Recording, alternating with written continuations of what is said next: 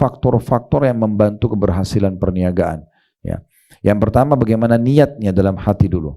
Bagaimana dia niat, ya, bertujuan untuk menjaga diri dan mewujudkan kecukupan dengan cukup untuk mewujudkan kecukupan sehingga tidak minta-minta kepada manusia. Kalau ini niatnya, maka akan sesuai dengan syariat. Sebagaimana hadis Abu Sa'id Al-Khudri radhiyallahu anhu bahwasanya Nabi SAW bersabda dalam hadis yang diriwayatkan oleh Bukhari dan Muslim, "Man yasta'fif yu'iffahullah wa man yastagni yughnihillah." Barang siapa yang berusaha menjaga kehormatan diri dari meminta-minta, maka Allah akan menjaga kehormatan dirinya dari meminta-minta. Dan barang siapa yang mencari kecukupan, maka Allah akan menjadikannya berkecukupan. Diriwayatkan oleh Bukhari nomor 1469 dan Muslim 1053. Ini poin pertama, agar perniagaan kita atau usaha kita mencari sumber income itu penuh keberkahan.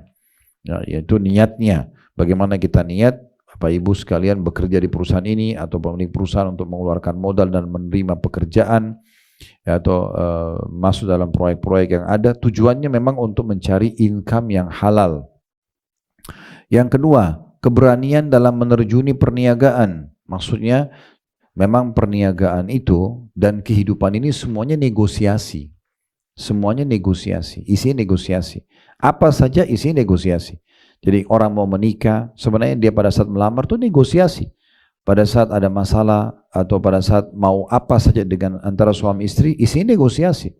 Antara orang tua sama anak, anak sama orang tua, teman sama teman, pemilik perusahaan sama pegawai, pegawai sama pemilik perusahaan, perusahaan atau pemilik produk, ya, produsen ini sama konsumennya, semua negosiasi. Hidup ini adalah isinya negosiasi.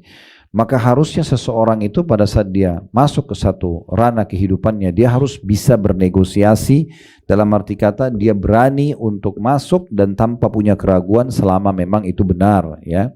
Tidak masuk ke ranah kezaliman orang lain dan segala macam. Ibnu Khaldun rahimahullah berkata, seorang ulama, wa amma man kana faqidan lil jur'ati wal iqdami min nafsi fayambagi an yajtanibal ihtirafa bit tijara. Orang yang tidak mempunyai nyali yang kuat dan keberanian pada dirinya, hendaknya dia menjauhi mata pencaharian melalui perniagaan. Ya, maksudnya kalau mau menjadi pengusaha yang sukses, memang dia harus berani untuk terjun ke satu ide yang menurut dia itu ide sudah bagus, sudah dia jalankan. Tawakal kepada Allah. Selama dia tidak mengambil hak orang lain, bukan hal yang haram, walaupun belum ada yang menjalankan ide itu, nggak ada masalah. Ya, dia coba. Banyak orang-orang yang muncul dan hanya tampil menjadi tokoh di tengah-tengah manusia, justru karena muncul ide positif, dia berani eksekusi. Ya, dia berani eksekusi. Bahkan sebagian mereka tidak punya modal awalnya, tapi karena ide ini adalah dia dengan nyali yang benar dan dia susun programnya dengan baik, kerangka fikirnya dengan sempurna, maka otomatis dia akan bisa, ya, berkembang. Yang ketiga, mengetahui dan memahami dunia yang digelutinya, berupa urusan-urusan perdagangan dan perincian-perinciannya. Sebagian orang ada yang memasuki dunia perdagangan, namun sangat disayangkan mereka tidak menguasai perkara-perkaranya. Mereka hanya mengandalkan orang lain, para pegawai atau para pekerja. Akibatnya terjadi kerugian. Jadi betul-betul kita buka usaha pun, kita harus kuasain usaha tersebut, ya, sehingga akhirnya kita bisa menguasai dan mengontrol sepenuhnya apa yang sedang kita kembangkan sebagai sebuah usaha. Ini yang poin ketiganya, ya. Dan beliau menegur jangan sampai nanti kita buka usaha hanya bermodalkan karena ada teman yang ajak, kemudian teman ini yang menguasai, kita sama sekali tidak tahu menahu tentang usaha tersebut, cuma investasi modal saja. Ini sayang.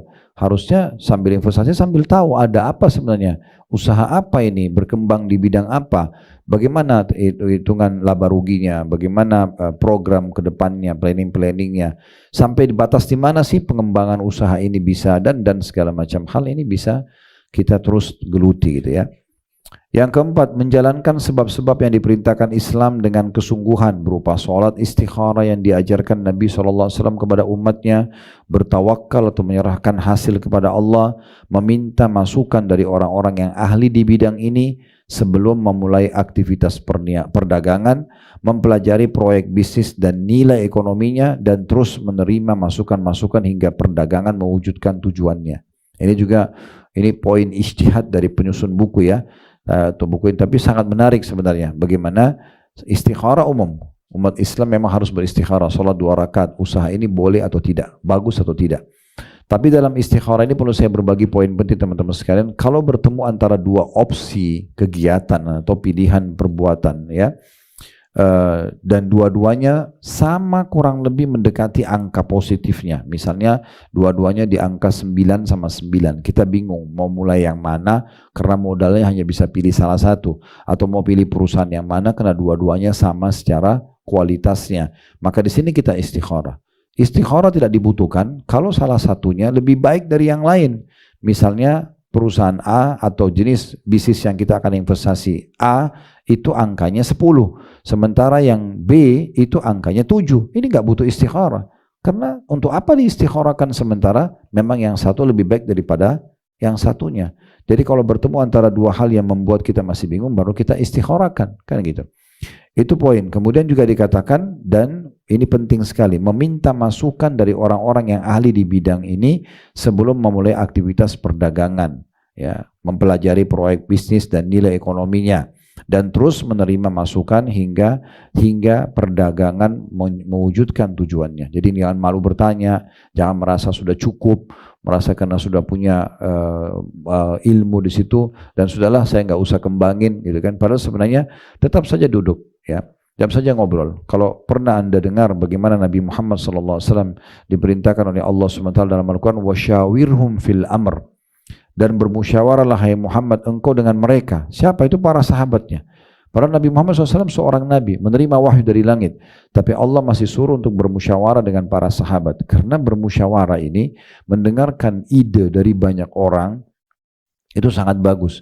Nanti akan membuka wacana tambahan buat kita, wawasan kita jadi lebih luas dari pengalaman-pengalaman teman-teman ini, baik itu dalam perang kalau strategi perang misalnya, baik itu dalam perniagaan kalau strategi bisnisnya, ya, baik itu dalam pengembangan pendidikan dan pengalaman untuk menambah ya ekstra perkembangan dalam pendidikan kalau di dunia pendidikan dan seterusnya. Ya, ini poin-poin penting untuk selalu digarisbawahi.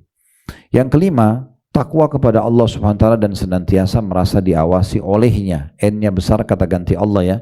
Selama menjalankan perniagaan. Jadi harus selalu merasa diawasin oleh Allah sehingga tidak membuka celah pintu buat syaitan menggoda kita. Karena biasanya salah satu fitnah yang terjadi teman-teman, kalau kita sudah punya income, itu syaitan akan masuk di situ.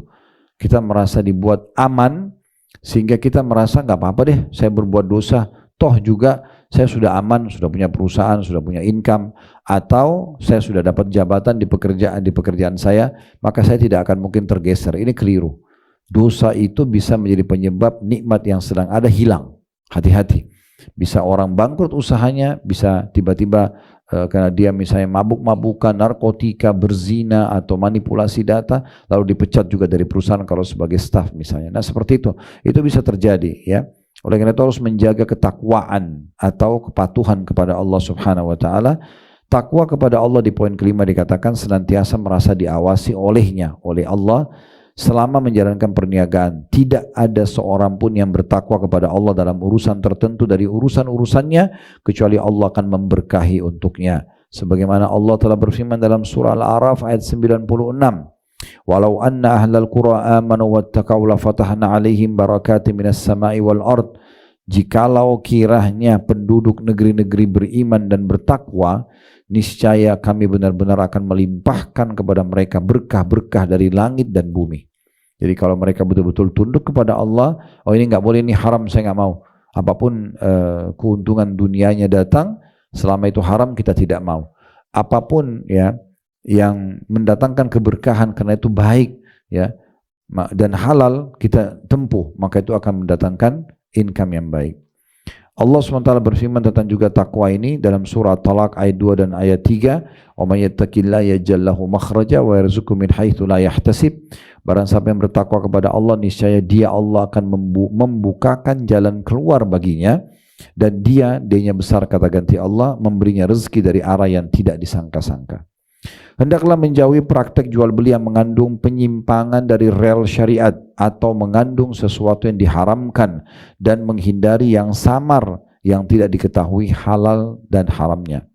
Al-Bukhari dan Muslim rahimahumullah meriwayatkan dalam sahih keduanya dari hadits Abu Sa'id Al-Khudri radhiyallahu anhu bahwa Nabi SAW bersabda, "Faman ya'khudhu malan bihaqqi yubarak lahu fi, wa man akhadha malan bighairi haqqi famathaluhu kamathalil ladzi ya'kulu wa la yashba'." Barang siapa yang mengambil harta dengan cara yang benar, maka dia diberkahi padanya. Dan barang siapa yang mengambil harta dengan cara tidak benar, maka dia seperti orang yang makan namun tidak akan pernah kenyang. Hadis ini disebutkan oleh Bukhari nomor 6427 dan Muslim nomor 1054. Ibnu Hajar rahimahullah berkata, hadis tersebut menunjukkan bahwa orang yang mendapatkan harta yang tidak halal itu tidak diberkahi padanya. Karena hadis di atas menyerupakan dengan orang yang makan tapi tidak kenyang. Ini dinukil dari kitab Fathul Bari, Syarah Sahih Bukhari, tulis oleh Ibnu Hajar rahimahullah, jadi 11 halaman 249. Jadi teman-teman, yang penting kalau di poin nomor 5 ini adalah cari keberkahannya. Ya, jadi ada orang subhanallah mungkin income-nya per bulan hanya 4-5 juta rupiah. Tapi karena halal, dia betul-betul bekerja dari hasil tangannya sendiri, dia ikhlas ingin mendapatkan pendapatan, maka Allah berkahi. Cukup dia hidup, istrinya, anaknya 3, mungkin mertuanya juga numpang. Ada orang punya income ratusan juta, miliaran mungkin setiap bulan, tapi dia tidak tahu kemana uang itu. Karena tidak ada keberkahannya. Ya. Salah satu pemateri yang sempat kami undang kemarin, ada seseorang yang kami undang di Inspirasi Hijrah, ada perkataan yang menarik kalau menurut saya. Jadi saya tanya, apa yang menyebabkan Anda mau meninggalkan sumber income yang tadinya besar, tetapi dia tahu kalau itu haram atau ada syubhatnya. Kenapa mau pindah kepada pendapatan halal sekarang? Semua proyek yang berbau dosa ditinggalkan sama dia secara totalitas. Dia bilang karena keberkahannya, Ustaz. Ya, jadi dulu saya tidak tahu kemana uang itu, walaupun banyak. Tapi sekarang bisa nyata, karena dia halal kayak berkah. Saya tahu berapa datangnya, kemana saya keluarkan, gitu kan. Dan selalu saja ada datang tambahannya, walaupun memang dia tidak melimpah-limpah, tetapi dia akan ada keberkahan. Nah, itu yang dimaksud. Yang keenam, teman-teman, supaya perniagaan dan pekerjaan kita juga mendapatkan penghasilan yang baik, ya. Maju, merasa cukup dengan laba yang diperoleh walaupun sedikit, tidak memandang kepada saudagar-saudagar lainnya, dan juga tidak tergesa-gesa untuk menyusul mereka. Barang siapa yang tergesa-gesa untuk memperoleh sesuatu sebelum waktunya, maka dia akan didera kegagalan. Ada yang berkata, sedikit tetapi langgeng itu lebih baik daripada banyak tetapi berhenti, tidak berlanjut. Maksudnya di sini bukan jangan kembangin usaha, ya, tetapi atur sebuah planning yang jelas, sebuah program yang jelas untuk mengembangkan usaha. Dan ingat, usahakan jangan buru-buru mengikuti pasar. Ya. Jadi kalau ada pasar lagi berkembang sesuatu, dipelajari dulu. Karena kalau kita buru-buru langsung mengikuti, oh produk ini lagi booming, kita langsung ikut-ikutan. Bisa saja pada saat dia gagal, kita juga ikut gagal. Apalagi kita buru-buru investasi cukup besar di sana. Tapi kalau kita sudah pelajari dan kita dapatkan, oh ternyata memang ini bagus, ya, dan sudah ada pengalaman-pengalaman dari beberapa, tidak ada perusahaan, tidak ada masalah, kita kembangin, gitu ya. Kita kembangin dan kita bahkan bisa membuat hal-hal yang lebih baik di produk yang sama misalnya. Yang ketujuh, manajemen keuangan yang rapi. Ya, karena dengannya seseorang atau seorang saudagar akan mengetahui pemasukan dan pengeluarannya, berupa modal yang harus dikeluarkan untuk satu proyek atau keuntungan yang dapat diraih. Berapa kadar dari keuntungan tersebut dan rincian atau perincian-perincian lainnya yang detail sehingga memperjelas segala urusan perdagangan baginya serta membantunya melewati rintangan dan menyukseskan sebuah proyeknya. Jadi maksudnya dia harus tahu modal yang dibutuhkan berapa, dari mana sumbernya, kemudian akan diinvestasikan di jenis usaha apa, rinci semua usaha itu sudah diketahui, kemudian kira-kira kapan dia akan pengembalian modal terjadi, keuntungan bisa dinikmatin, dan sampai mana batas pengembangan usaha itu. Nah, ini semua dibuatkan sebagai satu program dan harus diikuti dengan manajemen keuangan. Saya yakin teman-teman di perusahaan tidak asing dengan adanya akunting, finance, dan laporan neraca, laba rugi, dan seterusnya. Ya. Ini bagian daripada hal yang dianjurkan dalam Islam, ya, supaya kita tidak keliru. Perlu saya berbagi sebuah riwayat, bagi saya unik riwayat itu, ya. Salman Al-Farisi radhiyallahu anhum. Ini masalah sederhana tapi bisa kita tarik kepada pengembangan usaha kita sekarang. Beliau itu kalau menyuruh pembantunya ke pasar belanja sayuran misalnya atau sesuatu, kalau datang beliau periksa barang belanjaannya. Ini belanjanya mana? Sudah selesai diperiksa, oh ya sesuai, baru kemudian beliau yang menerimanya dan berterima kasih pada pembantunya tadi. Pernah ditanya oleh seseorang, kenapa Anda lakukan itu? Apakah Anda tidak percaya dengan pembantu Anda? Dia mengatakan bukan.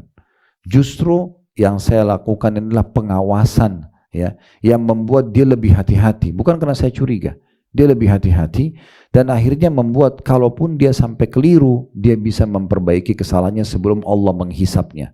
Ini sebuah manajemen yang luar biasa kalau menurut saya. Jadi sangat rapi. Jadi bukan berarti kita itu pelit, bukan. Justru kita membantu para staf untuk bisa menjalankan tugas dengan baik. Kalau seorang pemilik perusahaan tidak pernah nanya mana laporan keuangan kamu, tidak pernah diskusikan, tidak pernah meluruskan kalau ada yang salah, cuma tahu terima laporan, tidak tahu benar atau salah, ini keliru juga gitu kan. Karena butuhnya detail dan Allah pun akan tanya nanti. Karena pada hari kiamat kata Nabi SAW tidak akan beranjak kaki seorang hamba ke surga atau ke neraka kecuali ditanya 4 hal. Umurnya di mana dihabiskan, masa mudanya di mana dihabiskan, ilmunya apakah dia sudah amalkan, dan yang paling penting nih yang keempat adalah tidak kalah penting maksud saya adalah income-nya. Dari mana dia dapatkan, kemana dia keluarkan. Itu juga akan ditanya oleh Allah Subhanahu wa ta'ala. Jadi seperti itulah. Yang kedelapan, kejujuran dalam transaksi jual beli dan bekerja sama, juga jujur kepada pembeli. Ya. Hal ini berdasarkan apa yang diriwayatkan dalam As-Sahihain atau riwayat Bukhari Muslim dari hadis Hakim bin Hizam radhiyallahu anhu bahwa Nabi SAW bersabda, al-bayyi'ani bil khiyari ma lam yatafarraqa fa in sadaqa wa bayyana burika lahuma fi bai'ihima wa in katama wa kadaba muhikat barakatu bai'ihima. Penjual dan pembeli mempunyai hak khiyar. Hak khiyar itu melanjutkan transaksi atau memberhentikannya selama keduanya belum berpisah. Ini hukum transaksi jual beli dalam Islam ya. Jika keduanya jujur dan transparan atau menjelaskan, maka jual beli keduanya diberkahi. Tapi jika keduanya menyembunyikan dalam kurung cacat dan berdusta, maka keberkahan jual beli keduanya akan dicabut. Riwayat Bukhari nomor 2110 dan Muslim 1532. Maksudnya adalah kalau teman-teman mau jual motor, mau jual mobil, misal contoh, ini pernah tabrakan, ditanya, ini pernah tabrakan nggak? Nggak usah bohong, jangan bilang, oh nggak pernah, supaya laku. Pastikan ini tidak akan laku teman-teman sekalian. Yang laku itu kita bilang, iya memang pernah tabrakan di bagian depan sebelah kanan dan sudah saya bawa ke bengkel, silakan dicek. Dengan kejujuran dan transparan Allah akan berkahi. Insya Allah Allah berkahi. Walaupun mobil bekas, motor bekas yang kita beli itu akan berkah, maksudnya akan lama bisa dipakai. Kita pun pada saat menjualnya kita mendapatkan income-nya itu juga akan penuh dengan berkah. Nah seperti itu yang dimaksudkan di poin ini. Al-Bukhari dan Muslim meriwayatkan dari hadits Jabir bin Abdullah radhiyallahu anhuma. Jabir dan ayahnya Abdullah, dua orang sahabat, kita mengatakan radhiyallahu anhuma, beliau berkata, bay'atun Nabiya sallallahu alaihi wasallam ala iqamis salah wa ita'iz zakah wa nushi li kulli muslim. Fakana Jarir bin Abdullah idza ishtara syai'an aw ba'a yaqulu li sahibihi i'lam annama akhadna minka ahabbu ilaina mimma a'tainakahu fakhtar. Aku bersumpah, kata Jabir, bersumpah setia kepada Nabi SAW untuk mendirikan sholat, menunaikan zakat, dan bersikap tulus kepada setiap muslim. Jika Jarir bin Abdullah membeli atau menjual sesuatu, maaf ini bukan Jabir ya, saya keliru, Jarir radhiyallahu anhu, saya tadi mengira Jabir ya. Jadi jika Jarir periwayat hadits ini bin Abdullah radhiyallahu anhu membeli dan menjual sesuatu, maka dia berkata kepada pembeli atau penjualnya, ketahuilah bahwa apa yang kami ambil darimu lebih kami cintai daripada apa yang kami berikan kepadamu. Silakan engkau memilihnya. Maksudnya adalah kami transaksi memberikan ini kami percaya selama kamu jujur ya, dan kami tidak merasa rugi dengan harta yang kami keluarkan ya. At-Tabarani meriwayatkan rahimahullah dalam biografi Jarir bin Abdullah bahwa seorang hamba sahaya milik Jarir membeli seekor kuda untuknya dengan harga 300 dirham. Manakala Jarir melihat kuda itu dia lekas ya, menemui penjual dan berkata, sungguhnya kudamu ini nilainya lebih mahal dari 300 dirham. Maka Jarir menambahkan uang pembayarannya dan menambah lagi hingga mencapai 800 dirham. Di sini disebutkan oleh, atau penjelasan disebutkan oleh Ibnu Hajar dalam Fathul Bari. Jadi ini memang ciri khasnya transaksi dalam Islam luar biasa ya. Sampai Jarir bin Abdullah radhiyallahu anhu itu pernah pembantunya beli seekor kuda 300 dirham, tapi begitu dia lihat, dia tahu ini bukan harga pasar. Dia sengaja keluar mencari pemilik kuda tadi lalu mengatakan, kudamu ini bukan begitu nilainya. Lalu ditambahkan uang sampai 800 dirham. Poin ke-9, melakukan aktivitas jual beli di pagi hari. Abu Dawud meriwayatkan dalam As-Sunan dari hadis Sakhr Al-Ghamidi radhiyallahu anhu, anna Nabi sallallahu alaihi wasallam qala Allahumma barik li ummati fi bukuriha, wa kana Nabi sallallahu alaihi wasallam idza ba'atha sariyatan aw jayshan ba'athahum min awwalin nahar, wa kana Sakhrun rajulan tajiran wa kana yab'athu tijaratahu min awwalin nahar fa'athra wa kathura maluhu. Bahwa Nabi SAW berdoa, ya Allah berkahilah umatku pada waktu pagi hari mereka. Maksudnya mulailah aktivitas di pagi hari. Alhamdulillah kita memang aktivitas di pagi hari umumnya. Jika Nabi SAW mengirim pasukan yang berjumlah sedikit ataupun banyak, maka beliau memberangkatkan mereka di waktu pagi. Sakhr radhiyallahu anhu, ya pemilik hadis ini ya, karena hadis Sakhr Al-Ghamidi radhiyallahu anhu, dikatakan seorang saudagar, dia memberangkatkan dagangannya di waktu pagi, maka dia pun meraup laba yang banyak dan hartanya melimpah ruah. Diriwayatkan oleh Bukhari. Baik, selanjutnya teman-teman sekalian, poin ke-10. Kita akan selesaikan buku ini ya, insyaallah. Hendaknya pedagang itu rela dalam menerima bagian rezeki yang telah Allah berikan untuknya. Imam Ahmad rahimahullah meriwayatkan dalam Musnad dari hadits Abu Ya'la bin Asy-Syikhir radhiyallahu anhu, dia berkata, seorang dari Bani Sulaim menyampaikan kepadaku, menurutku dia melihat Rasulullah SAW, yakni berstatus sahabat. Dia berkata, Rasulullah SAW bersabda, Inna Allah yabtali abdahu bima a'ta, faman radiya bima qasamallahu lahu barakallahu lahu fi wa wassa'ahu, wa man lam yarda lam yubarik lahu. Sesungguhnya Allah menguji hambanya dengan apa yang dia berikan kepadanya. Barang siapa yang rela dengan apa yang Allah berikan baginya atau kepadanya, maka Allah akan memberkahinya untuknya dan melapangkannya. Dan barang siapa yang tidak rela, maka Allah tidak akan memberkahinya. Ya, hadis ini ya sebagaimana tadi disebutkan, ya diriwayatkan oleh Abu Ya'la di jilid 33 halaman 403, dan di nomor hadisnya itu di nomor 20.279. Ini pentahkiknya mengatakan hadis ini sahih. Ini di halaman 37 di footnote nomor 28 di bawah saya baca ya. Jadi maksudnya adalah di poin ke-10 ini, bagaimana kita pada saat mendapatkan sebuah pekerjaan, proyek, kita syukuri, kita nikmati itu. Bukan berarti kita tidak kembangkan ya, tapi bagaimana kita jangan menggerutu ya, sambil mengatakan kok cuma begini, masa begini saja gitu kan, itu keliru. Tapi kalau kita menerima itu, alhamdulillah Allah berikan hari ini begini, saya akan kembangkan besok, nah itu positif, itu dibolehkan. Ini dua hal yang perlu diperhatikan dari apa yang sudah kami sampaikan tadi. Poin ke-11, jangan lupa menunaikan zakat pada waktunya dan mengalokasikannya pada pos-pos yang ditetapkan syariat, karena zakat adalah rukun Islam yang ketiga, sebagaimana Allah Subhanahu wa taala berfirman dalam surah At-Taubah ayat 103 yang berbunyi, khudh min amwalihim shadaqatan tutahhiruhum wa tuzakkihim biha wa shalli alaihim inna salataka sakanun lahum. Al-ayat. Ambillah zakat dari sebagian harta mereka, yang dengan zakat itu kamu membersihkan dan mensucikan mereka. Dan berdoalah untuk mereka, sungguhnya doamu itu menjadi ketentraman bagi mereka. Maksudnya Nabi Muhammad SAW. Zakat itu membersihkan dan menumbuh kembangkan harta. Jadi ini maksudnya kalau orang-orang yang sudah punya income, ingat dihitung 1 tahun masa haul harta simpanan kita dan investasi.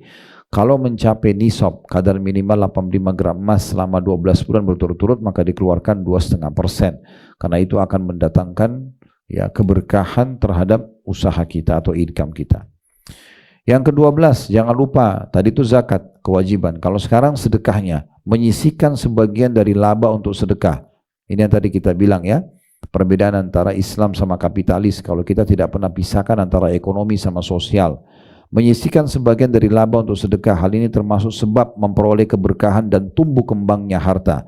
Imam Muslim meriwayatkan dalam sahihnya dari hadits Abu Hurairah radhiyallahu anhu bahwa Nabi SAW bersabda, baina rajulun bi falatin minal ard fasami'a sautan fi sahabah isqi hadikata fulan fatanahha dhalika as-sahab fa'afraga ma'ahu fi harratin fa'idha sharjatun min tilka shiraji kad istaw'abat dhalika al-ma'u kullah فتتبع الماء فإذا رجل قائم في حديقته يحول الماء بمسحاته فقال له يا عبد الله ما اسمك قال فلان لاسمي للاسم الذي سمع في الصحابة فقال له يا عبد الله لما تسألني عن اسمي فقال إني سمعت صوتا في الصحاب الذي هذا ماؤه يقول اسقي هديكة فلان لاسمك فما تصنع فيها قال أما إذا قلت هذا فإني أنظر إلى ما يخرج منها فأتصدق بثلثه وآكل أنا وعيالي ثلثا وأرد فيها ثلثه.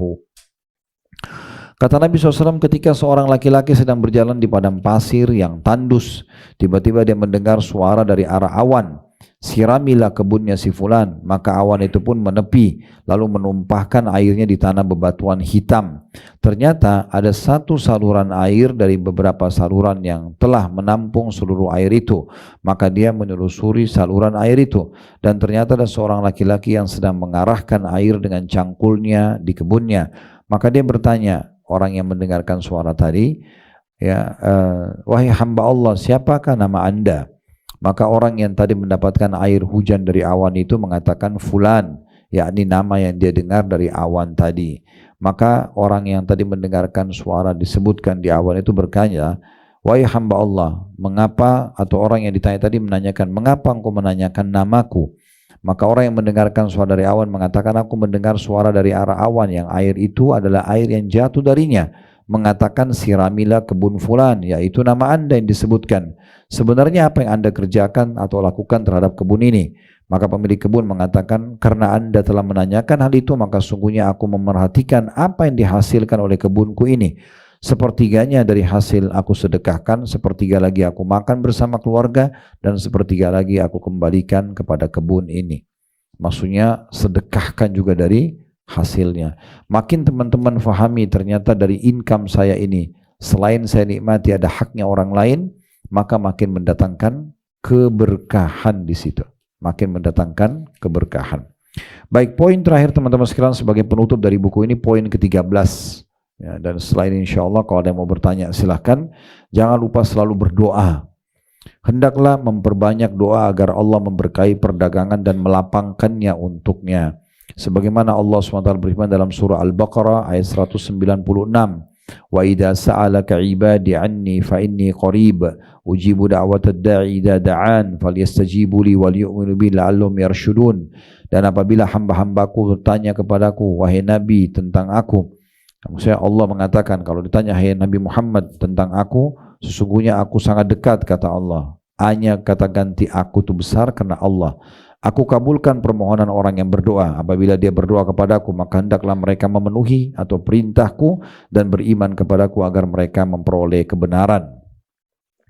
Imam Bukhari meriwayatkan dalam Sahih dari hadits Urwa, anna Nabiya sallallahu alaihi wasallam a'tahu dinaran yashtari lahu bihi syatan. فاشترى له به شاتين فباع إحداهما بدينار وجاءه بدينار وشات فدعا له بالبركة في بيعه وكان لو اشترى التراب لربح فيه. Bahwasanya Nabi SAW memberinya 1 dinar, maksudnya kepada Urwa radhiyallahu anhu, untuk membeli seekor kambing. Lalu dengan 1 dinar, Nabi SAW memberinya 1 dinar untuk membeli seekor kambing. Lalu dia dengan 1 dinar itu membeli 2 ekor kambing. Lalu dia menjual salah satunya dari keduanya seharga 1 dinar. Dia pun datang kepada Nabi SAW dengan membawa 1 dinar dan seekor kambing. Maka Nabi SAW mendoakan keberkahan untuknya dalam perdagangannya, hingga seandainya dia membeli tanah, niscaya dia meraih labah dari perdagangannya tersebut. Ya, dan juga sabda Nabi SAW sebagai penutup, ad-du'a huwal ibadah, doa itu sebenarnya inti daripada semua ibadah. Lalu penulis menutup dengan memuji Allah Subhanahu wa ta'ala dan juga membaca salawat kepada Nabi SAW.